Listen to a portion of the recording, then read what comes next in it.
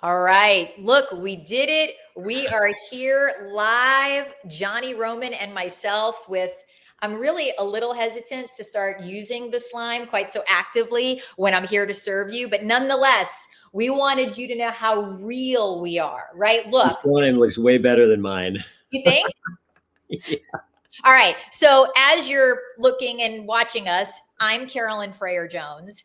If you're new here, welcome to the second with my slime, the second in the series of the CFJ Coaching Success School series. This is Mr. Johnny Roman, who is faculty and the executive director of the school. We are here to serve you for a whole 75 minutes to talk about serving with substance versus slime. Liming. Yeah. And maybe we'll use it again. I mean, I might just for emphasis, right? Because I might have some questions for you all about the experience of being slimed. So welcome again, everybody. So glad if you're here, whether it's on Facebook or on LinkedIn. And like last week, before we dive into the content and have you start asking us questions, we are going to start with another would you rather question. So there's going to be another would you rather question, and then we want you to post your answer in the comments. So are you ready? Here we go. Would you rather sweat maple syrup? Would you rather sweat maple syrup or cry strawberry jam? Would you rather sweat maple syrup or cry strawberry jam? Now, Brandon McNulty, he's here. He's like, let's go. So I want to hear Brandon's answer. Johnny, what's your answer? It's definitely sweat maple syrup. That maple I syrup. I like to run. I like to sweat, and I would much rather be able to, it's like a regeneration of carbs while I'm running, so it would Oh, work out perfectly. Oh, wow. See, Farnaz is another sweat maple syrup. I am strawberry jam. I think crying strawberry jam, first of all, would be sort of entertaining and like maybe pretty. Although, no, I know, Johnny, you said you don't think so. It would be I look don't know kind about I don't know about that. of. See, I think done well, if you're a good crier, I think it could look cool if you cry strawberry jam. And by the way, like it could taste good if I'm really crying. It could like go into my mouth. Sweet tears. Exactly. Exactly. And I'm a good crier, so I'm thinking it's going to go well for me. So great. I love the answers. Sweat maple syrup any day. Thank you, James Porter. Good to see you here again. Let's see, strawberry jam, but really orange marmalade would be better. So No. Michael, Okay. 100%. Yeah, I like orange. I like orange marmalade too. So now we're getting like creative in it. So we're off to a good start. We're off to a good start.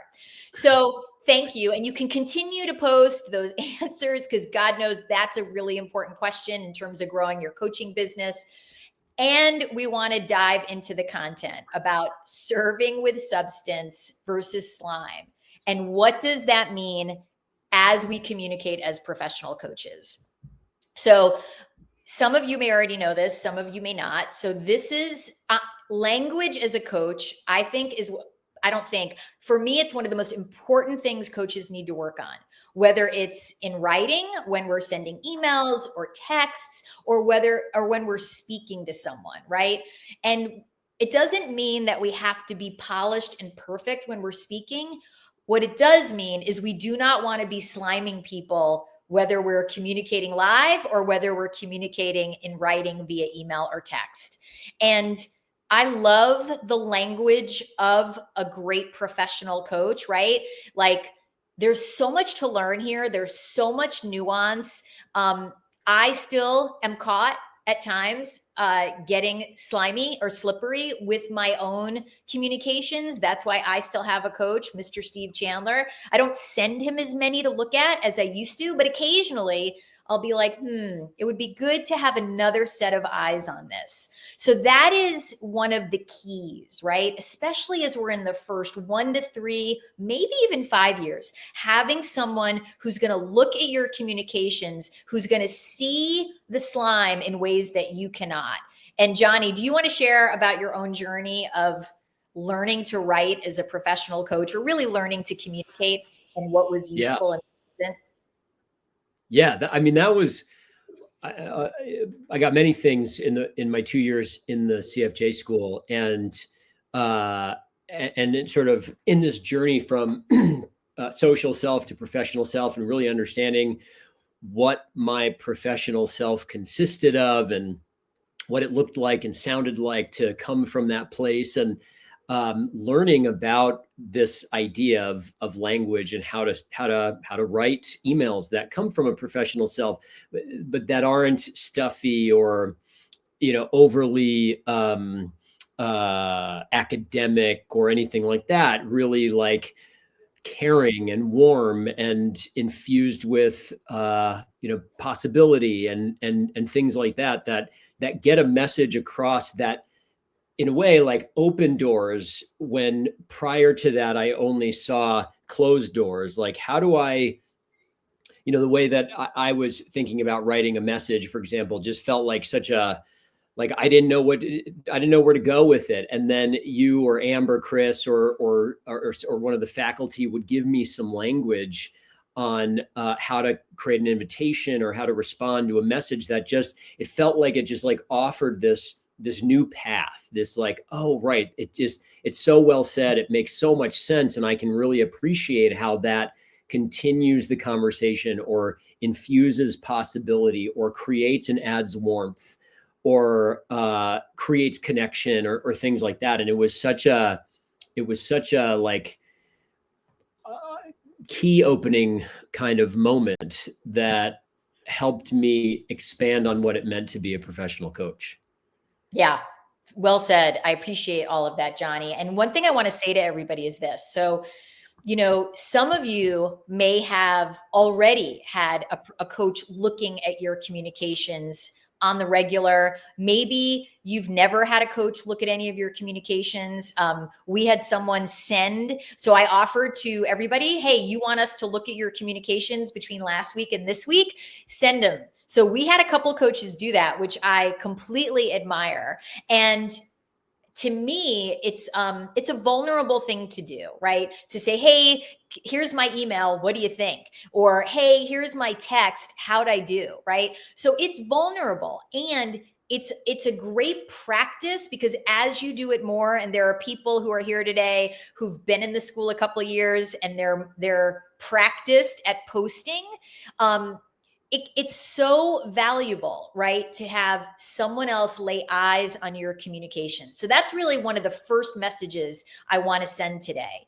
If you have yet to have a coach who can look at your communications and offer you guidance, thinking, directness when it's not landing in a particularly warm or real way, it is vital.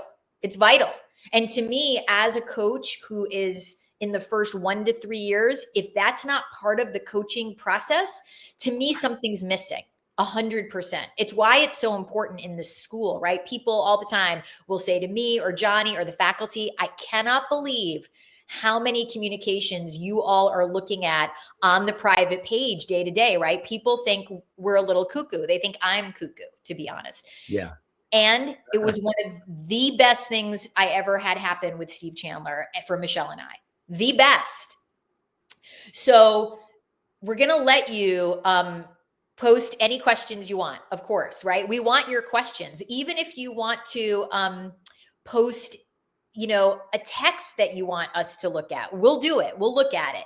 But what I'm going to do right now is I want to start talking. We're not just here to talk about what is slime and what slime looks and sounds like, even the subtle slime. We're here to also talk about what is substance. Like, what does that even mean? To serve with substance. And, we want to think about the idea that when something has substance, it's the quality of, importance, meaning, it's significant, right? Substance can also refer to like the essential nature of something. But in this context, as a professional coach, substance equals meaning for the other person.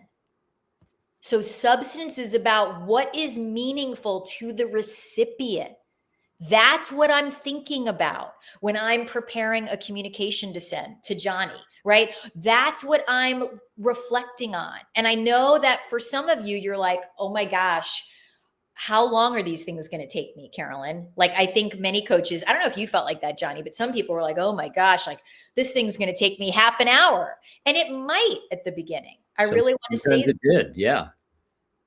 but this is part of the practice, right? So, substance is about what would that look like for what would be substantial to the recipient? What would be meaningful? What's going to have an impact, right? And yes, this would equal professional coaches do need to learn to be decent writers. Do you need to be wildly creative? No. You do need to know how to write with authenticity, with realness, whether that's a text or an email, right? So we have to talk about the elephant in the room, Johnny. Are you ready? Sure. Let's do it. I don't think I'm positive that this time last year, I'm not sure if we did one on communications. We probably did. I don't think AI was as prevalent though. Oh no. No. It was yeah, starting to be, and no, not nearly as much as now. Right. So I want to talk about the elephant in the room, right? Because some of you are like, Carolyn, I don't need this kind of coaching. I just ask Chat GPT to write me an email. So what are we even talking about here?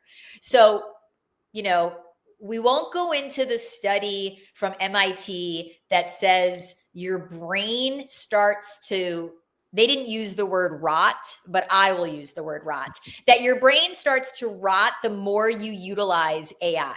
What they did say is that cognitive decline occurs the more we use large learning models, AI, Chat GTP, GPT, Claude, whatever you're using.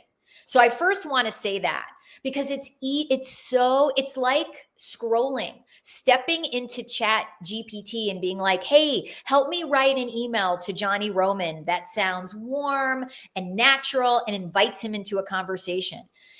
It's going to give you, let me show you 17 different ways. Let me please you, oh, person on the other end. Oh, I just want to make your day better.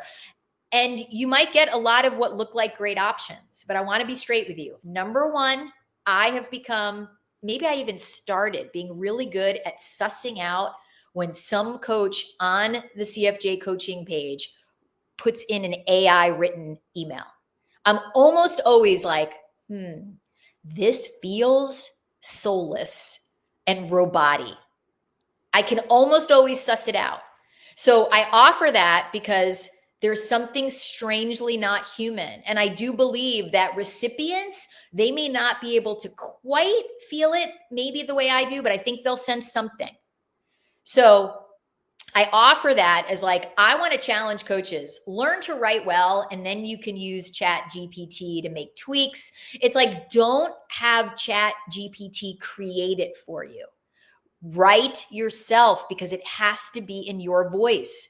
And I know you can train Chat GPT to have your voice. It's still not the same. So I want to get that out on the table. Is there anything you want to say about that, Johnny?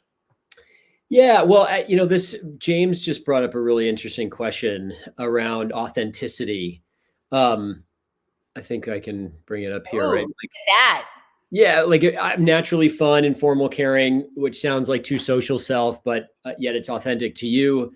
How do I set aside who I am? And just there's something, first of all, to the point around Chat GPT and AI and things like that.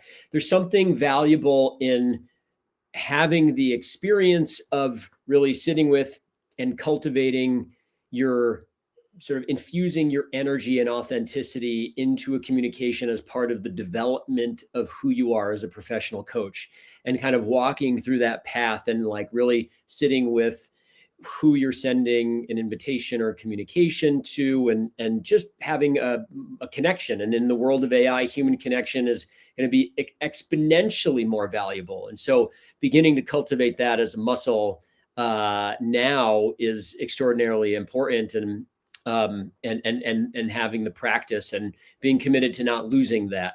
And then to James's question, I think it's such a brilliant question.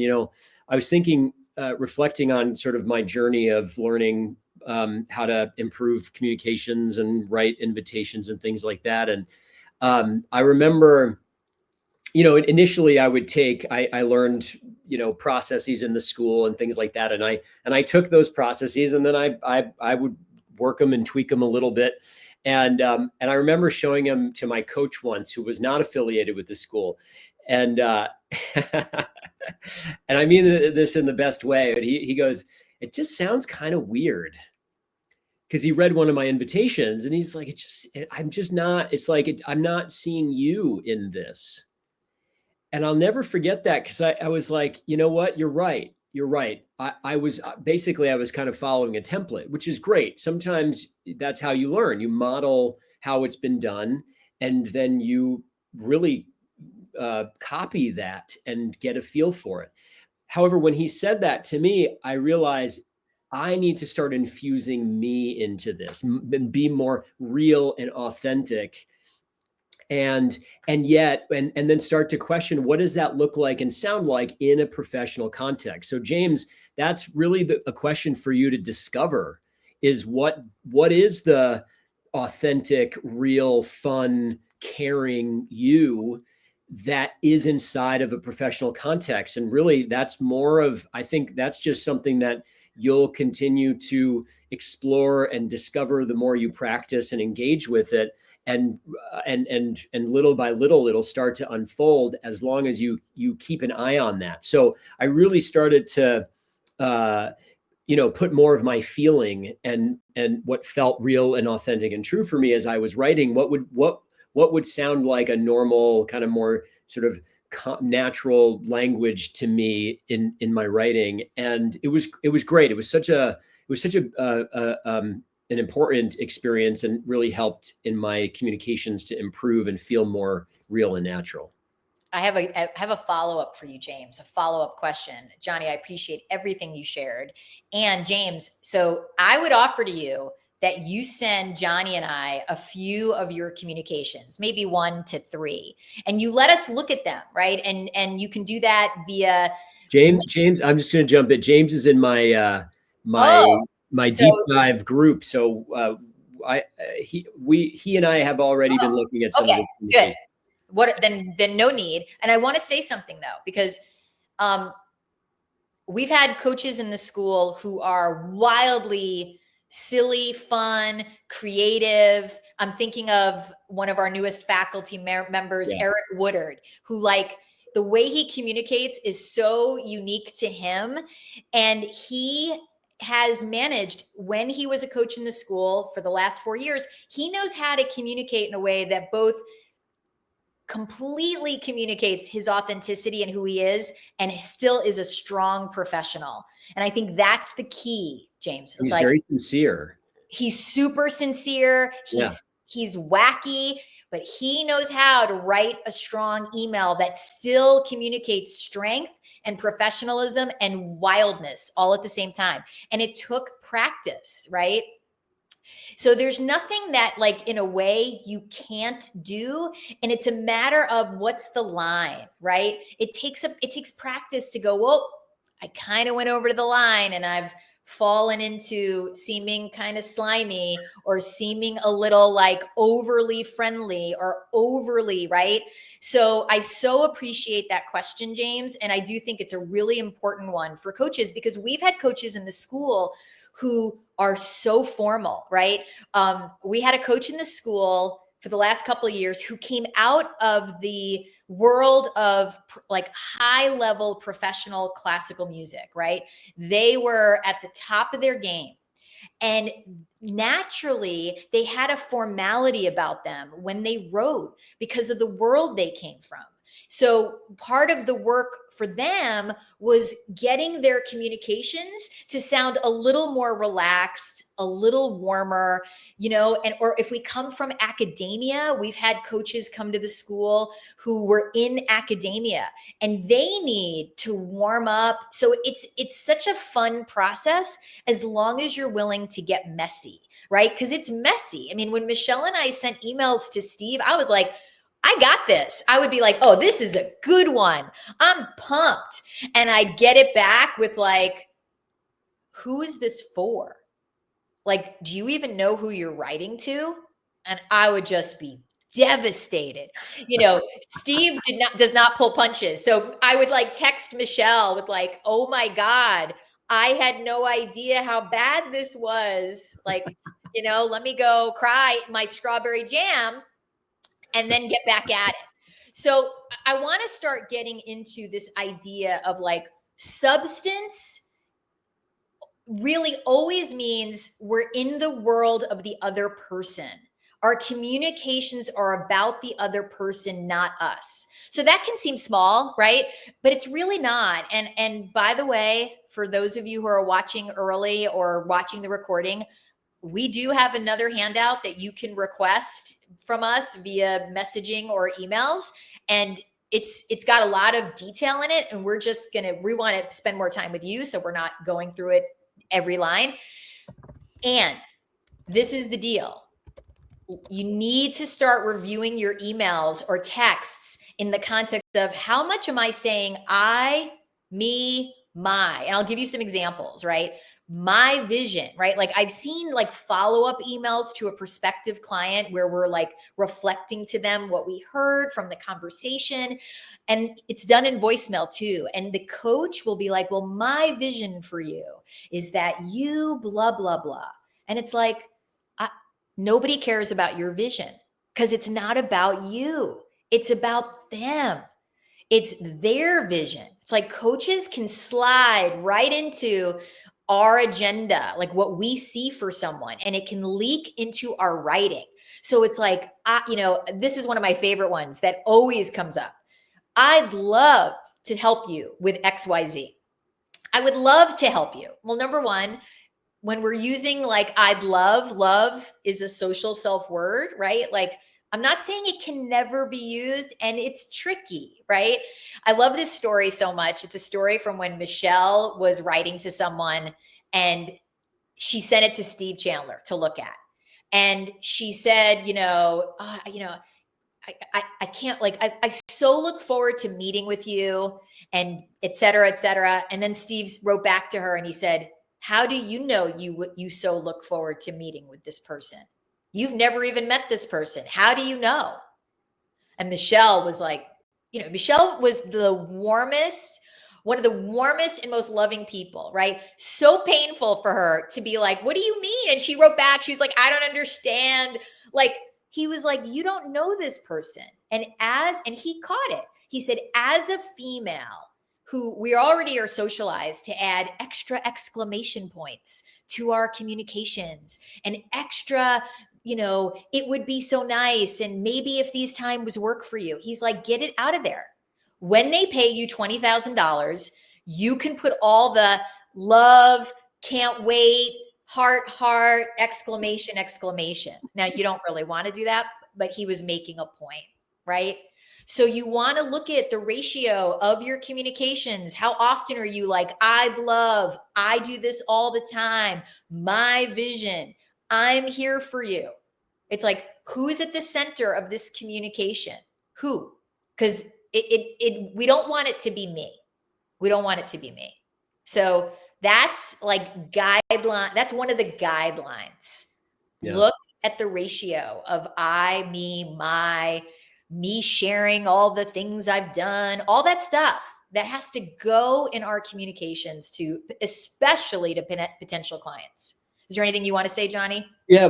Well, just one of my favorite questions to ask myself when I'm writing an email is, if I were them, how would I feel receiving this? Or what kind of message would I want to receive? Or what would feel good for me to receive if I were on the receiving end?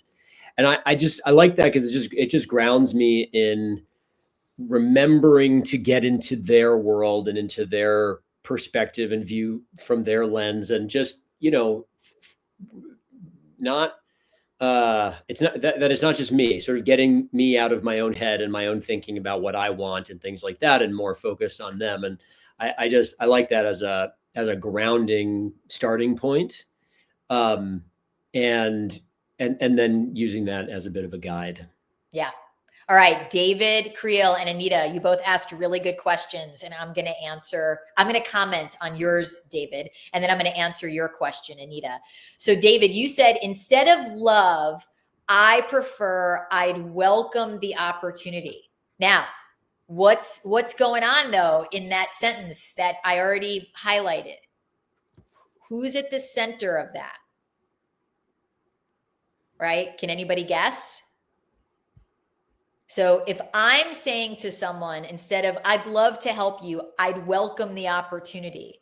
That's still about me, right? I'd welcome the opportunity, right? It's like, well, first of all, we want to stay away from thank you. Thank you for taking the time. Steve wrote to Michelle and I so many times, why are you thanking them?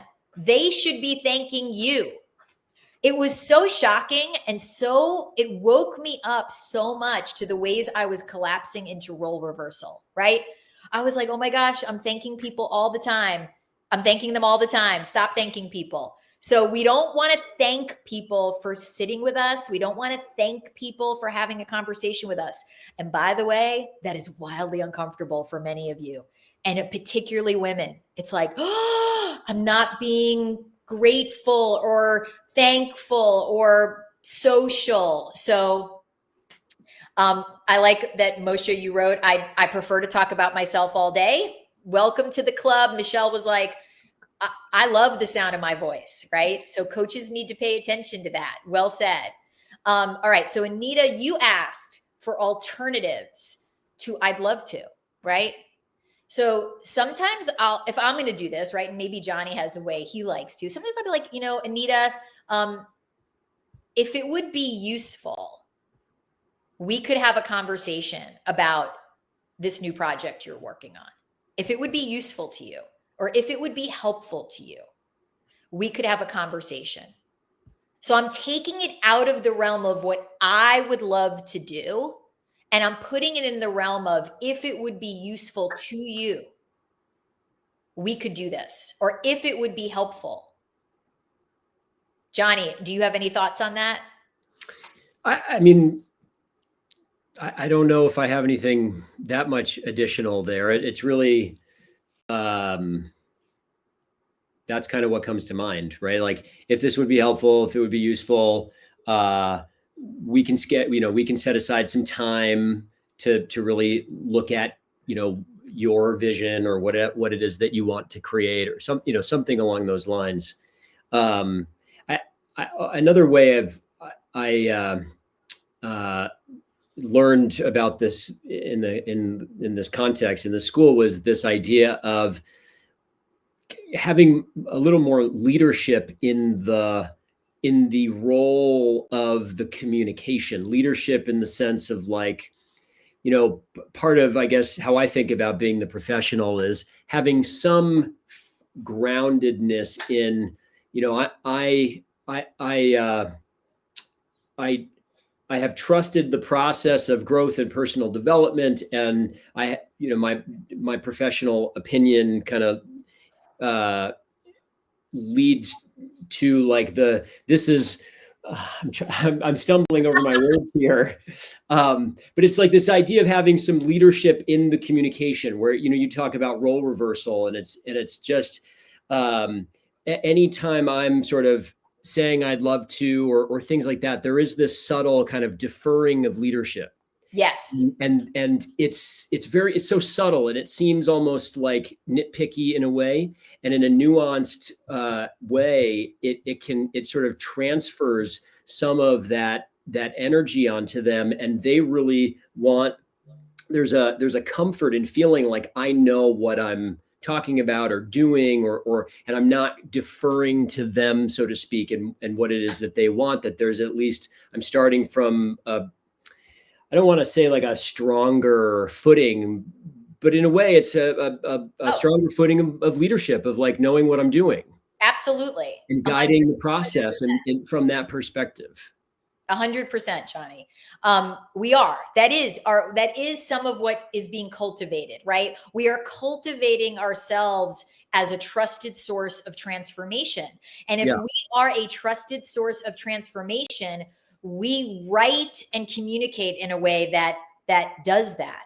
So you, let's see, I think it was Dana. Dana was like, can you give me some examples of centering someone in a communication? So it's like when I'm going to write a communication to a prospective client, let's say maybe I've had one conversation with them. Maybe I might be like, you shared in our conversation these 3 things that you said mattered to you. And I will list them. Like you said, these 3 things matter to you. And what I noticed when you shared those is your enthusiasm went through the roof. It went through the roof. And it was so exciting to hear you share about this. I was inspired by the way you shared about these 3 things that matter to you.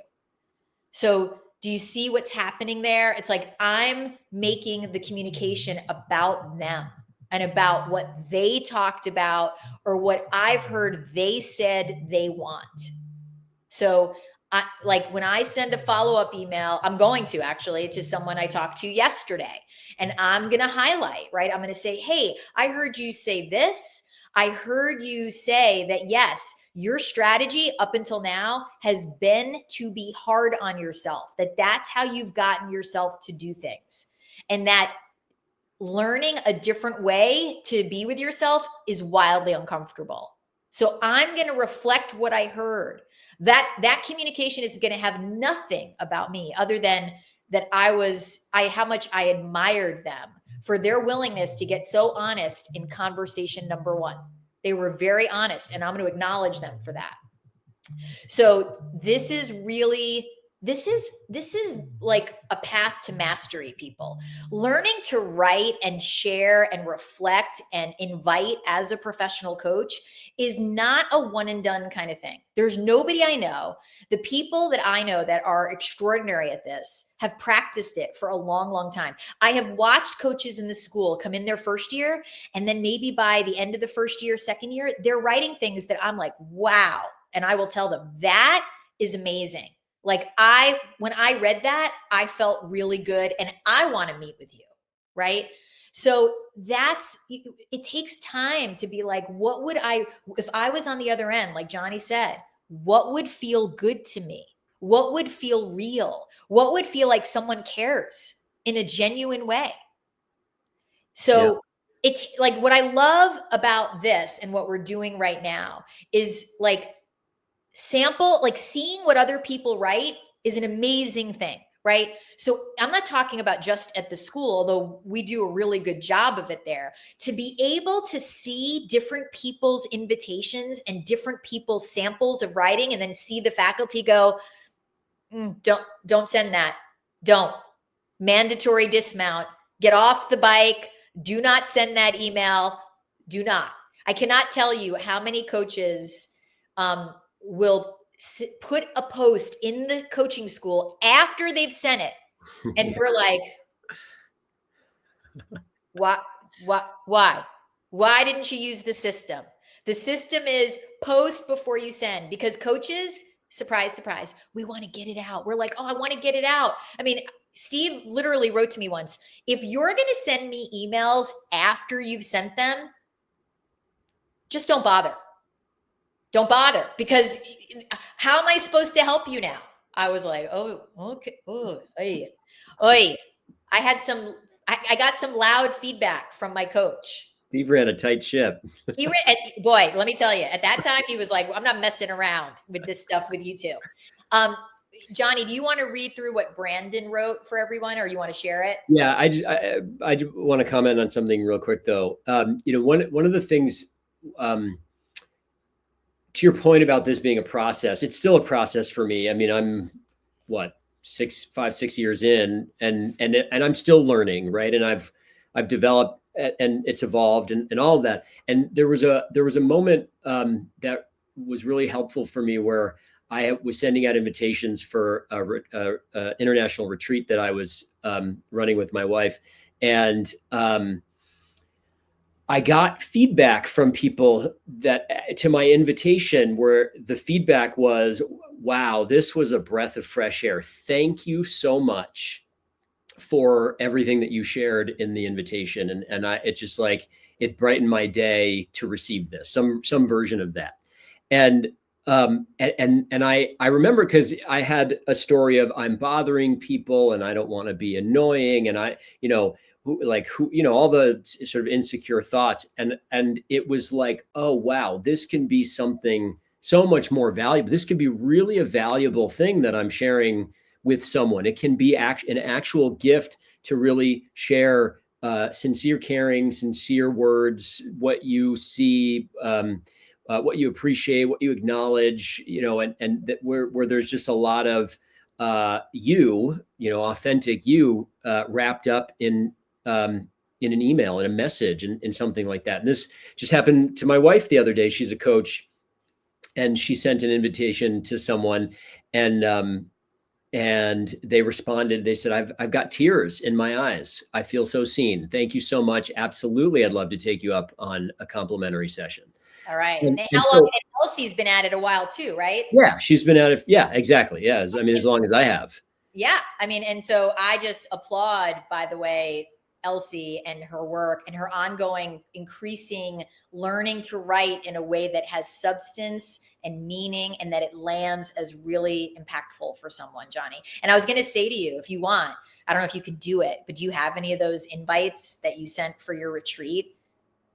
Or like, Oh boy, I can. Yeah, I think so. I'm sure I can find yeah, one. let's see if Yeah. you can before we're done. But do you want, if you want, You mean right now? yeah. You want me to look now? Oh, Yeah. yeah. We'll see if I can All right. find it. And while you do that, I'm going to put up Brandon's because I think it's really valuable. Sure. All right, Brandon, I'm in a tight knit spiritual community, and I'm finding it challenging to be my professional self in a pretty social place that is highly focused on spiritual development and maybe define professionalism in a social energy.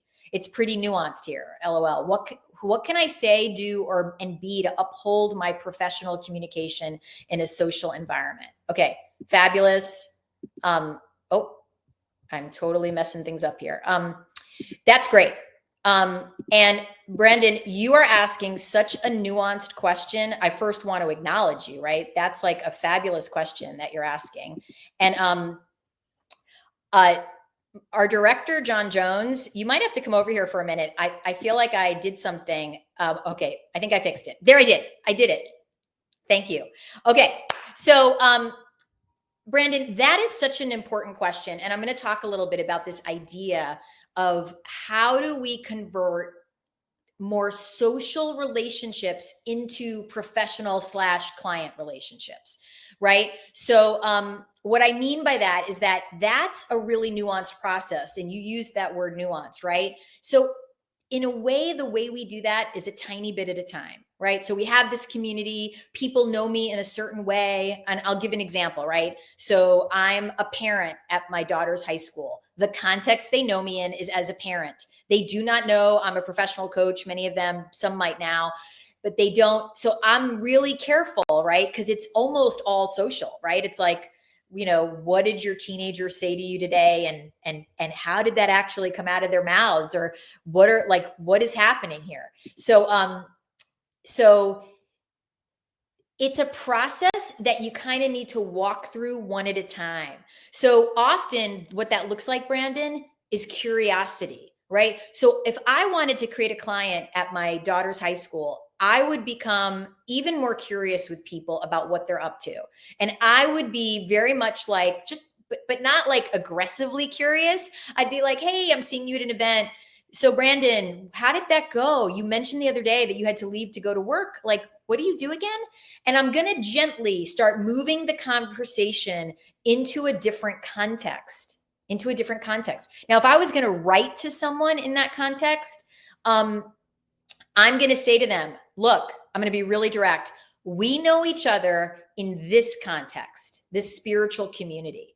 And this may feel really weird, and you can 100% say no if you want to keep it solely in this context. And you talked to me about this thing the other day, and I can't not say to you, I help people with that thing all the time. Like, that's what I do all day long. And I don't feel good about not letting you know that and saying, if you ever want to have a conversation, we could. And if this feels weird, like I want to stay in this lane with you, Brandon, Totally fine. Just tell me. 100%. So Brandon, tell me if this is useful to you in what you're working with. And then John Jones, would you bring us both back?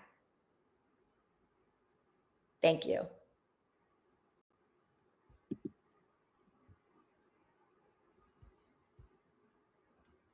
I missed what you were sharing, and I found one of the Oh, you did? invitations. Well, let's see if Brandon answers. And then I've managed somehow, I did something where I'm not able to see, I'm trying to get back to where I can see the comments, Johnny. I like made my screen.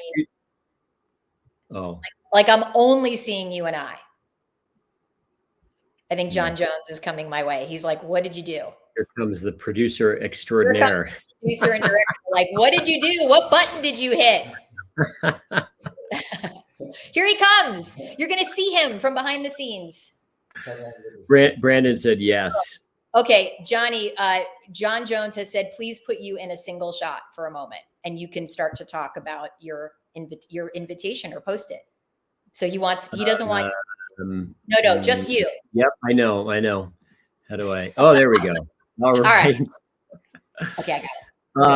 I mean, so my invitation is too long. I'm actually post it in the Facebook page. I think that's the easiest way to do it.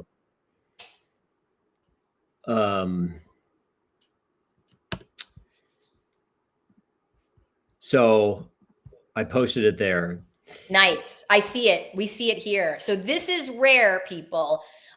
You are going to get to see firsthand one of these invitations that Johnny sent. Yeah. So I was inviting someone that came on a previous retreat with me. So it was a warm invite, and inviting her to another retreat that I was leading, and that we were leading, my wife and I. And so you may have seen my wife and I decided to lead a retreat to Peru and Machu Picchu this coming June. You told me once if I had another retreat plan to let you know. And this was in this for the following summer from the previous one. And I had a story of there's no way that she would want to do 2 international retreats in 1 year. And I've developed a practice of putting stories of my assumptions out of my mind so that I can just focus on being of service and they get to decide. So June, and I kept that in mind, right? June may be too soon for you to consider another retreat. 2 in 1 year, Dios mío. So this is me, James, kind of infusing a little bit of playfulness also in there, and perhaps not. Do you want me to read this, Carolyn? Is this helpful? I mean, we can leave it up because I think people can take a look and yeah, that's fair. It. And if you have any questions specific to it or anything like that, I'm happy to answer. So that's just an example, and her response was, "This message feels like sent from heaven." Okay. A little dramatic, a little over the top in that, and it was very helpful for me to just be like, oh wait, this actually, like these kinds of things can be of value to someone. They can be a gift. To me, what you're highlighting, Johnny, which I think is so important, is words matter, our language matters, and the energy writing underneath them matters, right?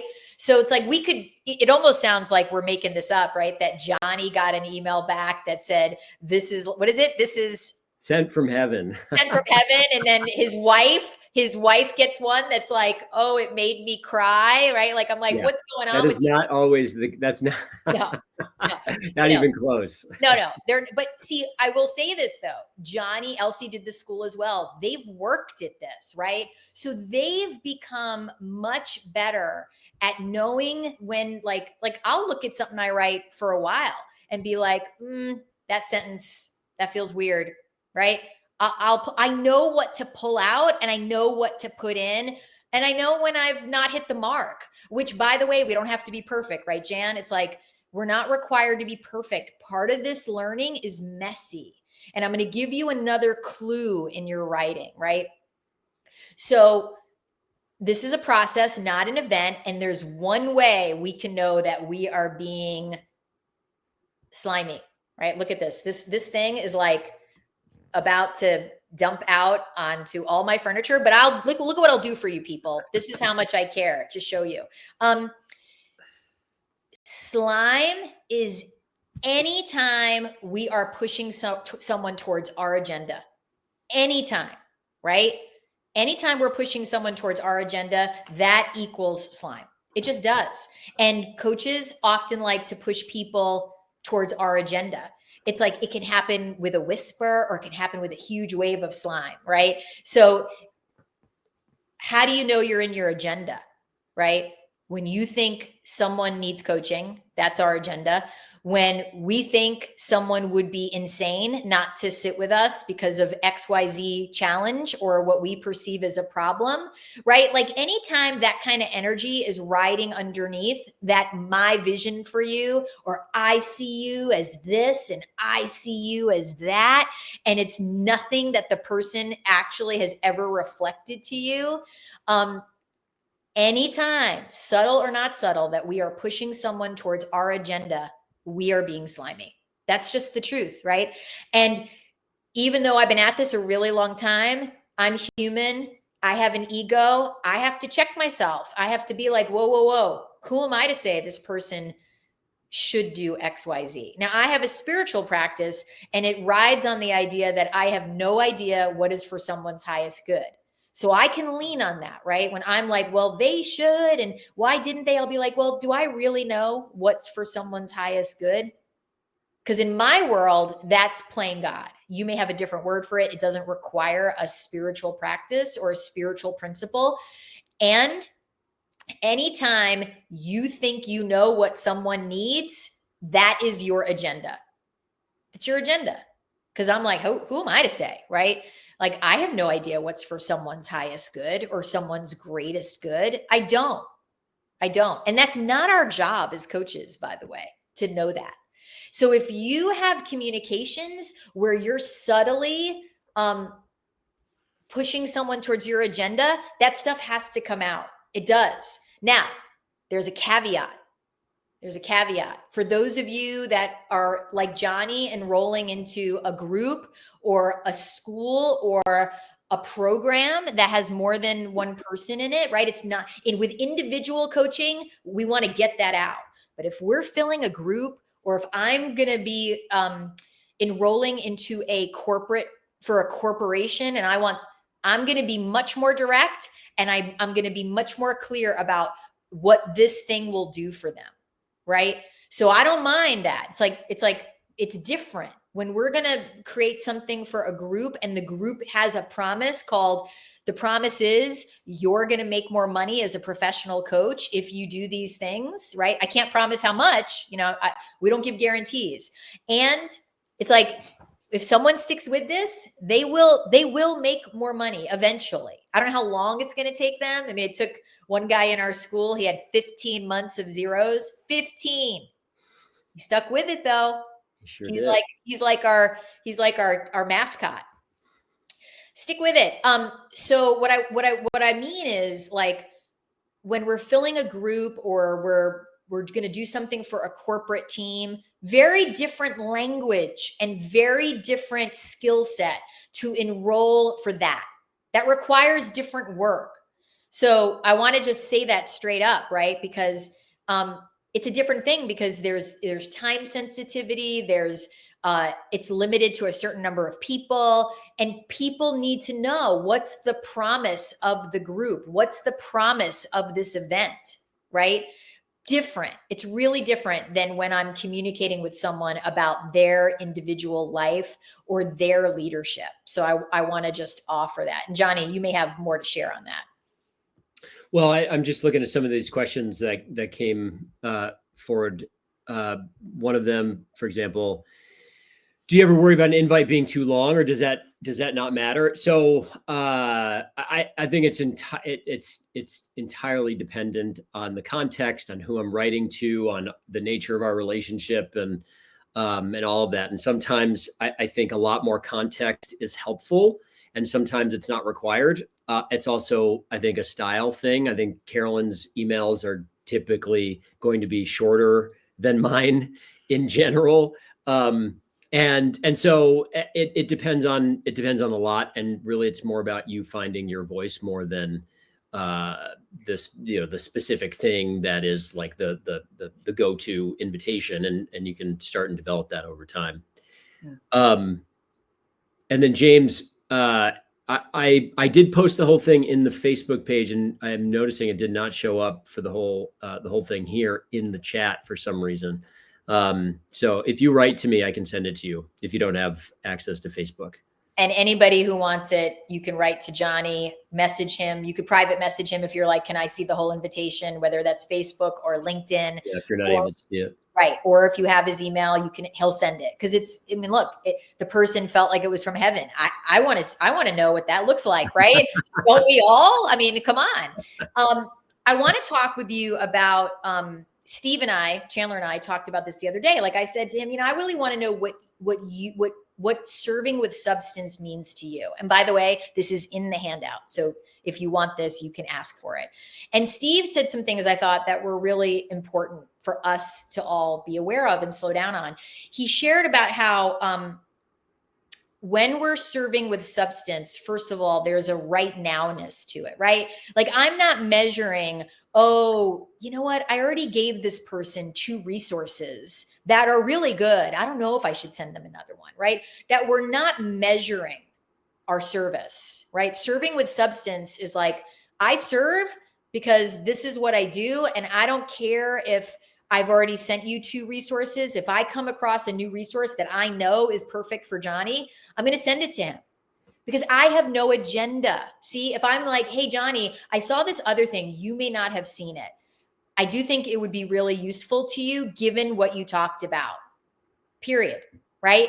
So he talked about how there's a nowness to the serving, right? We're not waiting. We're not second guessing it. Serving with substance is also helping someone create a breakthrough right now, right? If I can help someone right now with something they have going on, that's substantial. I'm not waiting. If someone's like, if I know someone over here is having this issue, I'm not going to wait. I'm going to be like, let's talk in the next 48 hours about this thing. Right. So the person I talked to yesterday is walking through a big professional change. And I said to them, look, if you want a spot call, just send me a note and we'll get on a call. Now, we haven't officially started coaching. This person is not paying me yet, but I know this person's going to have stuff in the next 10 days that he's going to want coaching on. And I can almost promise you, I'll be surprised if he doesn't reach out because they were very clear. He was like, well, I might have stuff. I was like, reach out. We'll get on a call. Reach out. I want to help now. That's part of serving with substance. I want to send something now. I want to have an impact in their world. And when I say an impact, it's like, what is meaningful to them? What would make a difference for them?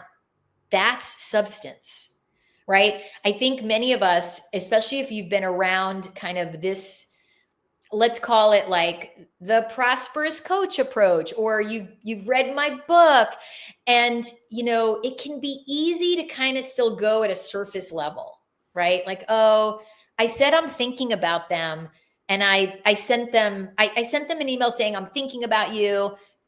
If it would be helpful, let's talk. And there's nothing wrong with that. That doesn't inherently have slime in it.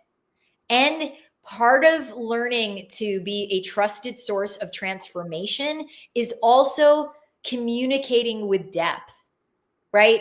I want to communicate with depth. I want my communications to be real and authentic and warm. And depth takes time. When I'm a new coach, I don't have depth. I wrote everything Steve said was like on my hand on a Post-it. Michelle and I were like, ooh, let's say that.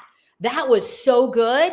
That's how we learn in this business, right? That there's nothing wrong with that. And I'd rather learn from a human coach who's really successful, who knows how to communicate, than turning that stuff over to AI.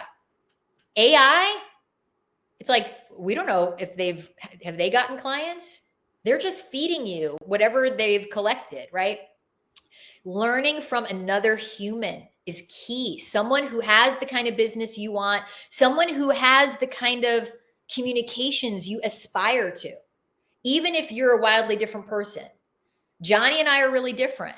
We're really different in how we are and how we show up in the world. Thank God, right? Who needs another Carolyn Freyer-Jones? But Johnny was like able, we take the essence of what people do and then we translate it and it becomes our own.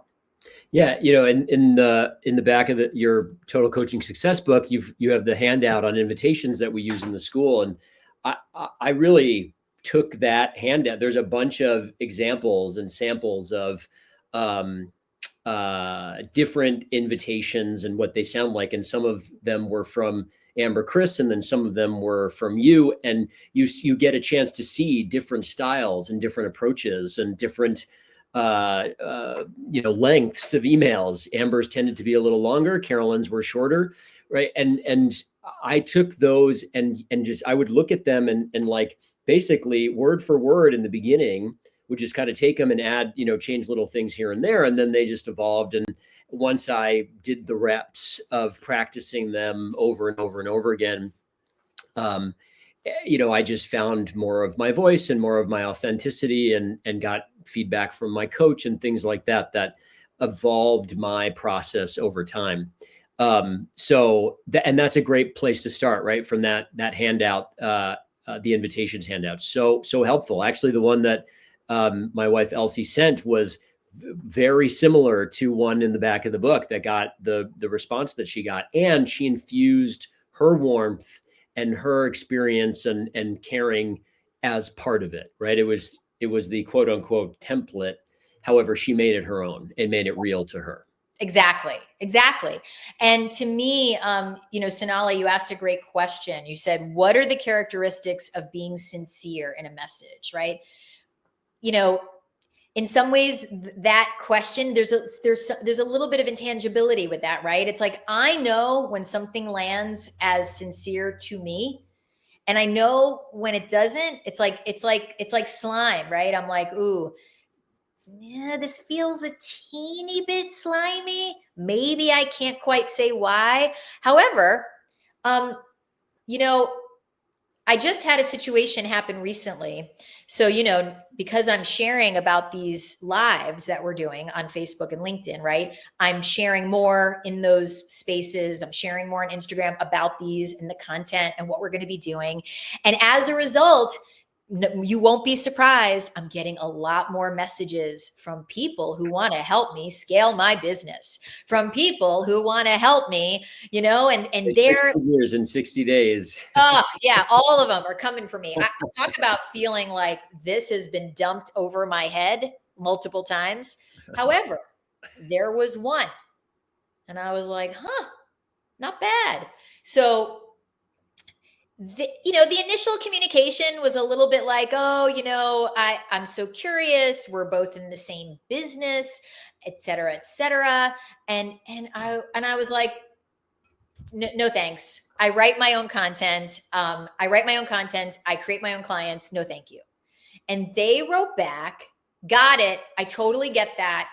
And your content is so very you. I really get that. And there's like a couple things you could be doing that might get more new people. And they basically said, if you want, I can share those.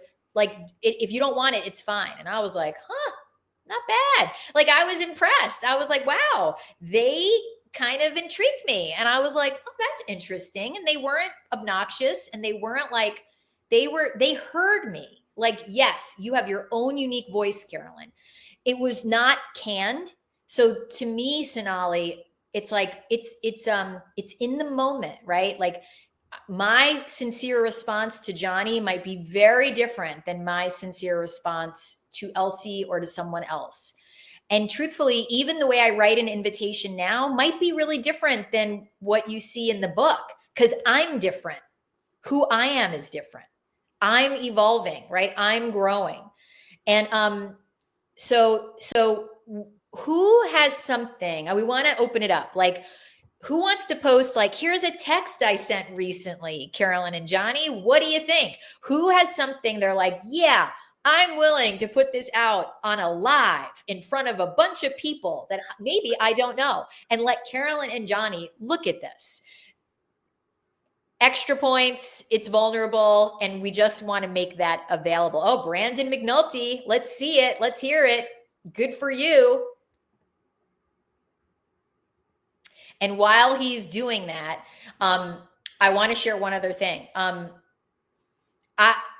As we grow as coaches and as we grow in our mastery to communicate, right, and to learn how to make our communications really about the other person and really land and be really meaningful, we're still going to have times we don't do it well.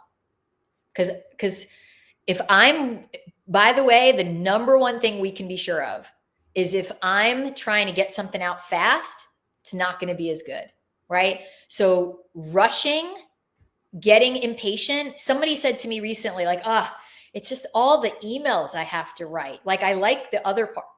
And I was like, but the emails are where we gift someone. It's where someone responds like they did to Johnny and Elsie. And they go, oh, I feel like I got this from heaven, or that made me cry.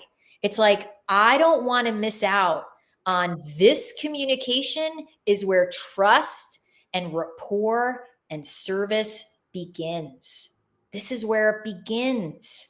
So if I'm treating my communications as throwaways, whether they're emails or texts or WhatsApp or direct messages, right? Facebook and, Instagram and LinkedIn. If I'm like, oh, whatever, blah, it's going to show and it's not going to feel good.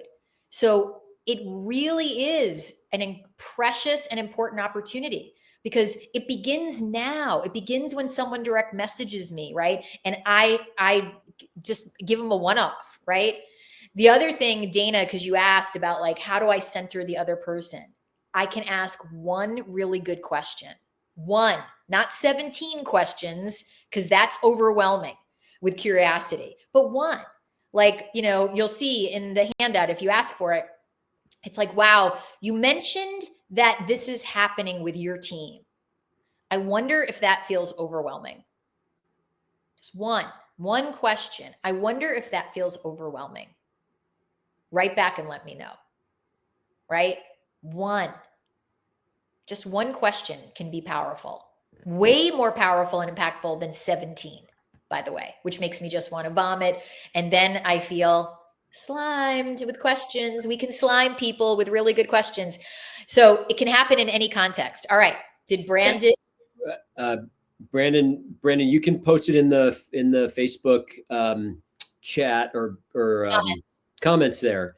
And it unless it's really long, if it's really long, then well, you can still post it there, and I'll see it in Facebook, and it might not come up the whole thing here. Oh, and Moshe just posted another one. Yeah, I saw that. And real quick, I thinking about what you were just saying around like moving through it too quickly and having it feel canned and slimy. Like I get so many LinkedIn messages like all the time, just and they all say something similar, like love what you're up to, looks like you're up to really great stuff. I so appreciate like all the things that you're doing, and it's so clear that they have no idea who I am, what I do. They haven't spent any time whatsoever on my profile, like knowing anything about me, and it just comes across in this really insincere way that feels very slimy. Like it's like they're really attempting to be sincere in some way or authentic, and they're not even close. And so just even taking some time to look through, for example, a profile or something like that, can give your message, it can help cut through some of the noise, just to infuse even percentages of sincerity and warmth can be more than what most people are doing. And that can stand out, that can make a difference.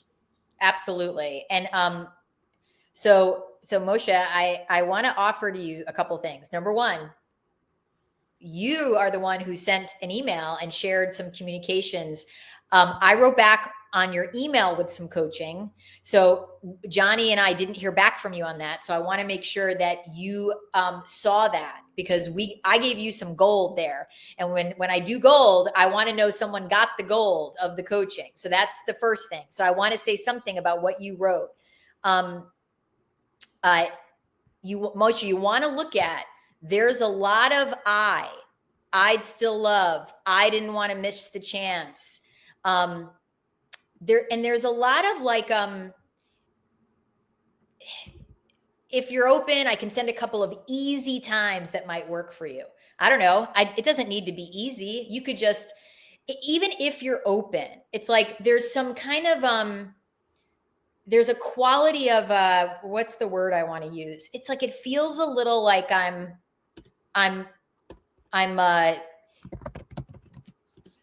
what did you say, Johnny? There's not a lot of leadership in that communication. It has, I don't think this is true of you, Moshe, even though I don't know you.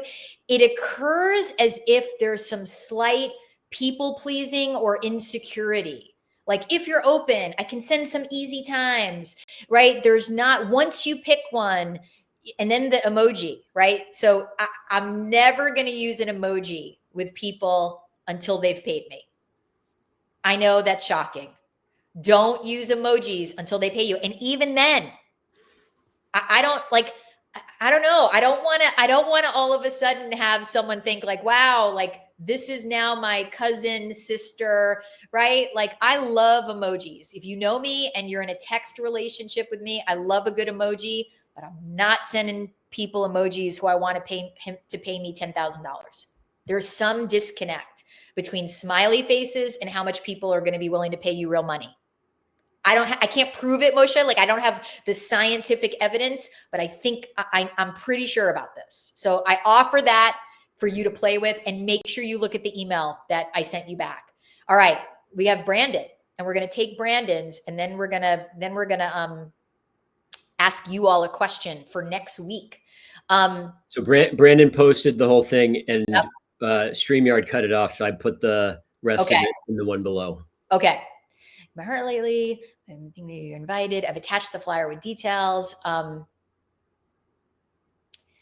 I would say to you, I think you could go slower. I don't know the context of the relationship, right? I don't know how well you know this person. And it feels like, again, there's a little bit of too much. It's occurring like only if it would be of service to you, though. Like, there's an opportunity to do more with less words, right? It occurs like you might be overusing your written dollars. If every word cost you $50, there might be ways to write that in a more impactful way with less words and with more, like, I love that you said, I know you would bring a lot to the group. You don't need the I know.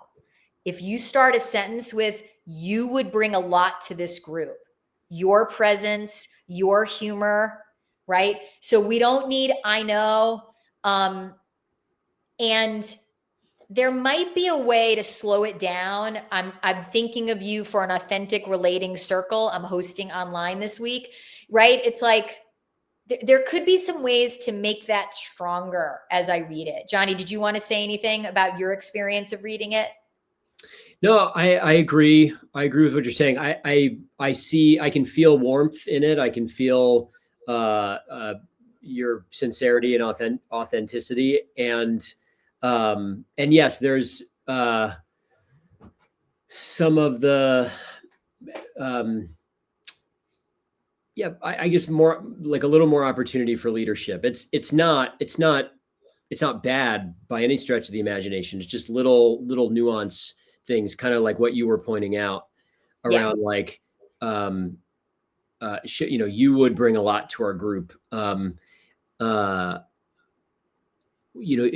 wonder if there are ways to like include things that you see specifically about her that would add value to the group, that can kind of elevate, who you see her to be in the world, and the kind of value that she creates and brings, things like that. Yeah. So more personalization, Brandon, like more like, it's like when I write to someone, I really want them to get, like, I see them. I know them, right? Like, and I'm not saying I know them. I'm saying, Johnny, you are one of the most rock solid people. I have watched you do this for X years. I watched you have a conversation with so-and-so, and that laugh of yours was enough to stop me in my tracks, right? I'm really thinking about the qualities and the ways, the things I notice in Johnny. So that's what I want to invite everybody to also start to play with 5% more personalization, right? So if I'm inviting someone, why? Like, what makes Johnny different than 8 million other coaches, right? What makes Johnny different, right? I want them to know I'm taking time to write to you because of what I notice in you. And I want that really to land. I want that really to land. Like, All right. notice, observations, acknowledgments, those kinds of things are really powerful. Yeah. They help people really feel seen. Yeah, absolutely. So, okay, we're going to close it out. We have a question, though, a really important one. We want to make next week's Facebook and LinkedIn Live dealer's choice. So we want to hear from you in the comments. What would be the most helpful 75 minutes to you? We'll take it under consideration, right? You know, we have some ideas, but this is a partnership with all of you, right? So we want to hear, what would 75 minutes of coaching, of sharing, of diving in and hearing more about how I might handle a certain situation. Sometimes we have people who want to talk about money and money fears. Sometimes we've had people want to talk about like specifics inside of an enrollment conversation, right? Whatever it is, throw it up in the comments so we can look at it, and then we can go, okay, what are we seeing here that we think would be the most useful? So next week's is at a slightly different day. It's actually on a whole different day, because there's not a slightly different day. That's not precise language. It's on Wednesday. So next week, the live is on Wednesday, not Tuesday. And it's Wednesday at 12:30 Pacific. And if you're watching this recording, you want to write to us or message us and ask for the handout from this week's live, which goes way into depth on serving with substance versus slime. So Johnny and I want to give it to you because that's why we created it. And we want to acknowledge you again. Like, today was super high quality participation, great questions, great thoughtfulness, and well done. And oh, Johnny, wait, is there anything else you want to say about your life or slime or anything? Just that it's a really fun thing to make with children as well. Yeah. Although I have to be honest, you know, I'm digging my slime. Your I think your slime is better. I think your slime is better. Yeah, your slime is losing its potency. Yes, And, I agree. it looks a little like, what happened there? But it looks fun nonetheless. Yeah. So learning to serve with substance is a process, not an event. It takes slowing down, it takes thoughtfulness, and it takes getting coached. So have a great week. And if you want to send us a communication or two, if you've not done that yet, we will allow that for one more week. Message it, email it, and we'll look at it and we will send you back thoughts. See you later. All right. Bye, everyone.